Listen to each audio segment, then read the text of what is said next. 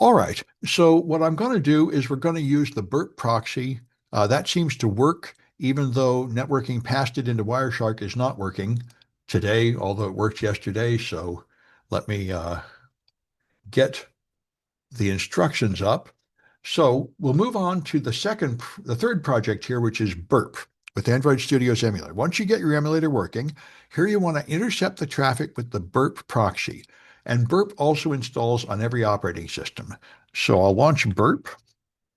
This is the standard for web pen testing and very useful for any kind of network work. So the splash screen, you just click Next and then Start BERP. And here you go to the Proxy tab and your proxy settings.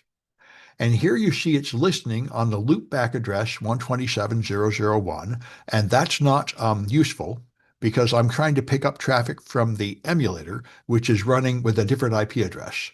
So I edit that and change it to my public address that goes to the internet, which on my machine is 192.168.0.103. And good. And so now that you've got that, now you can go to HTTP history and you can see the traffic coming from your Android device. So let me move this to the side and let's go to my Android device, which is here.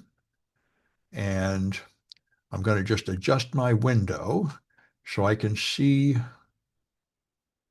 both of these at the same time. There we go. All right.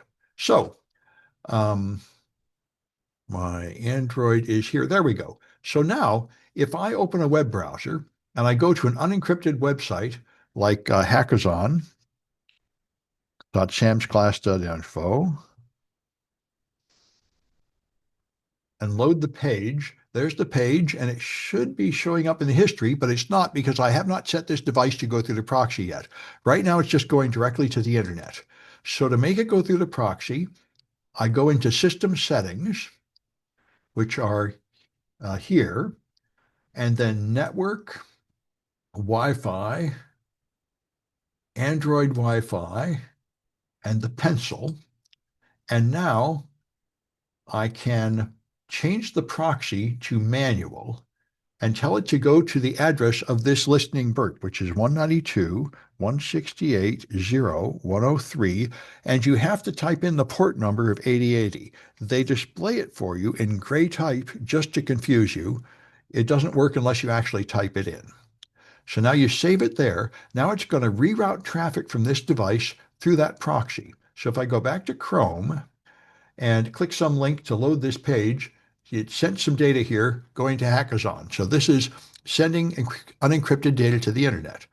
And now I can test various apps. For example, the one we tried before that did not work with Wireshark worked now. If I go to Traveler and I log in and I give it an email address here, for some reason, it actually made me give it a real email address last time I tried this. I don't know how it could tell. But anyway, give it a more plausible one and then test pass 1, 2, 3, 4 and log in.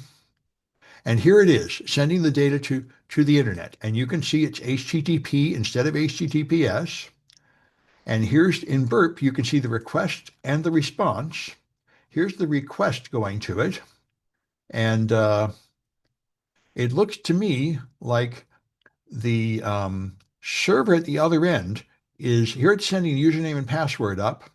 There's user agent. Now I should be able to see the response somewhere, but I may not be getting any response from this thing, which looks to me like that was the problem. Their server is down. This is why Traveler is not working today. The request is working, and I can verify that it's sending unencrypted data, but you're not getting response just because their server's gone down at the other end. That's what's happened. Okay, but anyway, that worked. That shows you how to intercept traffic. And another thing you can do once you've got intercepting traffic is you can now detect broken SSL. And so once you have this working, then the thing to do is try this other app, GDMD. This is an app from Harvard that is also insecure. And this is a very common form of insecurity that you want to be able to test. So let me get that one. That's this one here, Harvard. So again, just load the thing, sign in, and give it a test name and password. So test at AOL.com and test pass and sign in. And it sends the data to the internet, and you can see it sending it here. So it's sending requests, getting responses. Here's the login, sending my username and password up to the server. Here's the response from the server.